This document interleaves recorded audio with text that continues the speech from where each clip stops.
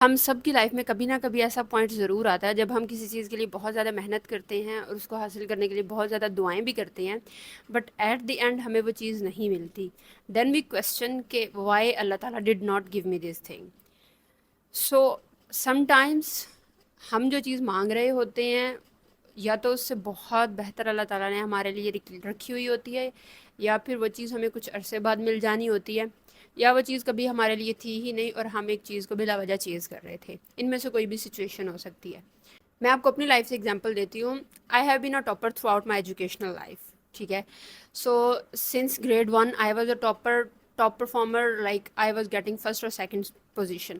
ہم top performer کا سب سے بڑا چیلنج جو ہوتا ہے وہ یہ ہوتا ہے کہ ہم نے فرسٹ پوزیشن لینی ہے. سیکنڈ پوزیشن ہمارے لیے بہت بڑا رسک ہوتا ہے. We always try our best کہ ہماری پوزیشن فرسٹ آئے. So I was in the 6th class and from primary school I changed this school recently. تو وہاں پہ 6th grade میں when I was there تو I was expecting that I am going to get the first position in 6th class. So and on the result day I was very damn sure that I am going to get the first position, and my class teacher, I was her favorite student, and she told me in some hints کہ yes you are the first position holder, but I had an idea کہ میں first position میری ہی ہے. So on the result day when I went there and the result got announced, so my competitor got the first position and I got the second position, and that was one of the hardest moment of my life because I worked very hard for that position and I made a lot of dua for that thing, but ultimately I didn't get it. اور جب میرا result card میرے پاس آیا تو اس result card پہ میں نے دیکھا کہ میرے ایک سبجیکٹ میں میرے مارکس 100 سے اس ٹائم پہ ہمارے جو ایگزام جو ہوتے تھے رزلٹ کارڈ ہوتے تھے ان میں ریٹن مارکس لکھے جاتے تھے. آج کل کیا ہے I don't have any idea. کچھ اسکولس ڈیجیٹل دیتے ہیں, کچھ ابھی بھی ہینڈ ریٹن دیتے ہیں.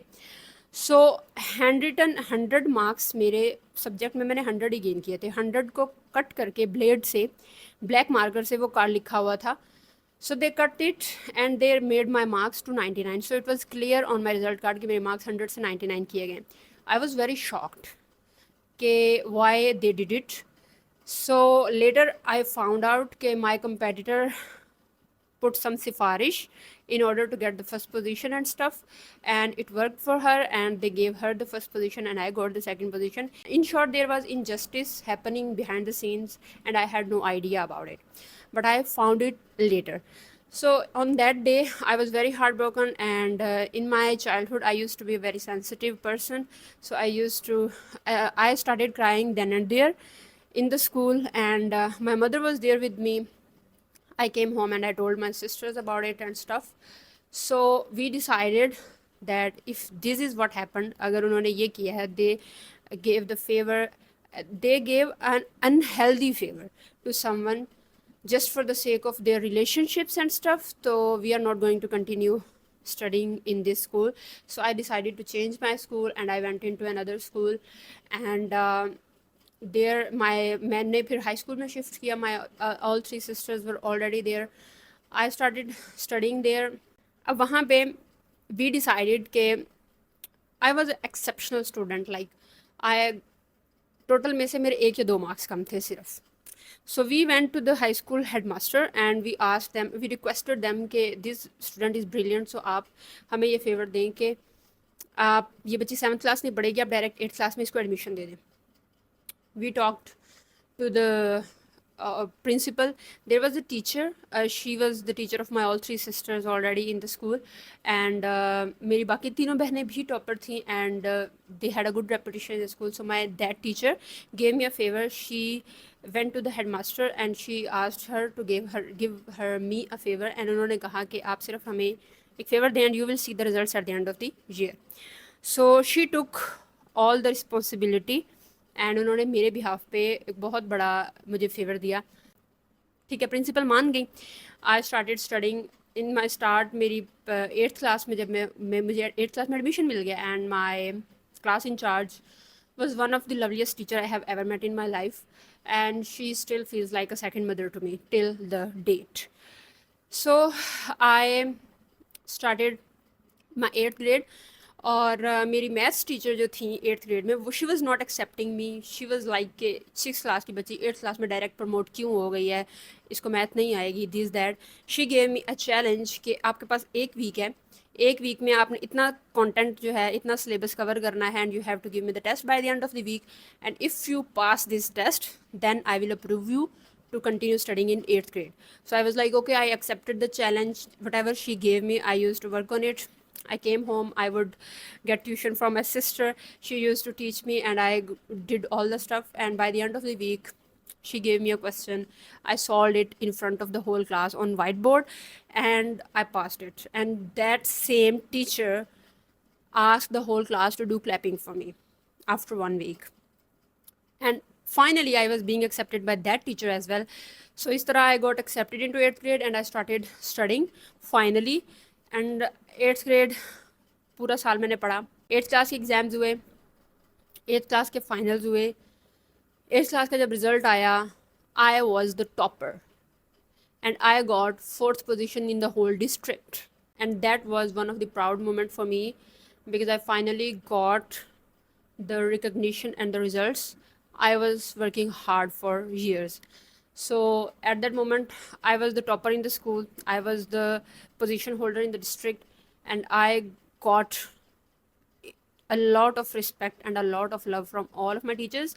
Even before I was a topper and I got the position and stuff, during the journey of 8th grade I was participating in co-curricular activities like speeches, essay writing competitions, speeches competition, and I already got a very good image in my school in that 1 year, and the whole staff was very impressed and happy with me.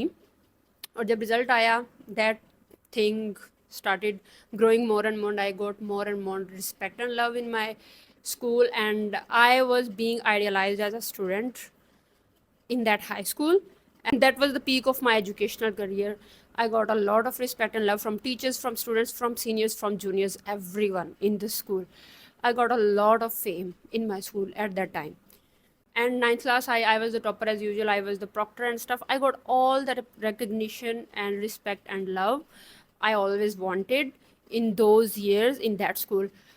And that's when I realized کہ اللہ has all this plan for me all the way. اگر میں اس school میں 6th class میں first position لے لیتی تو میں ان لوگوں میں رہتی جو لوگ میرے ساتھ مخلص نہیں تھے, جو لوگ دل سے مجھ سے محبت نہیں کرتے تھے, جو دل سے میری عزت نہیں کرتے تھے. اللہ did not want that for me. So Allah picked me up from that situation. Allah forced me to leave that environment, and Allah put me in an environment where I was being loved, where I was being respected, and I was being valued. اور matric میں ایسا time تھا کہ میری juniors چھوٹی چھوٹی 4th 5 class کی بچیاں میرے پاس آ کے مجھے کہتی تھیں during the recess, they used to come to me and would be like آپ ایشین ہیں. I we used to be like yes.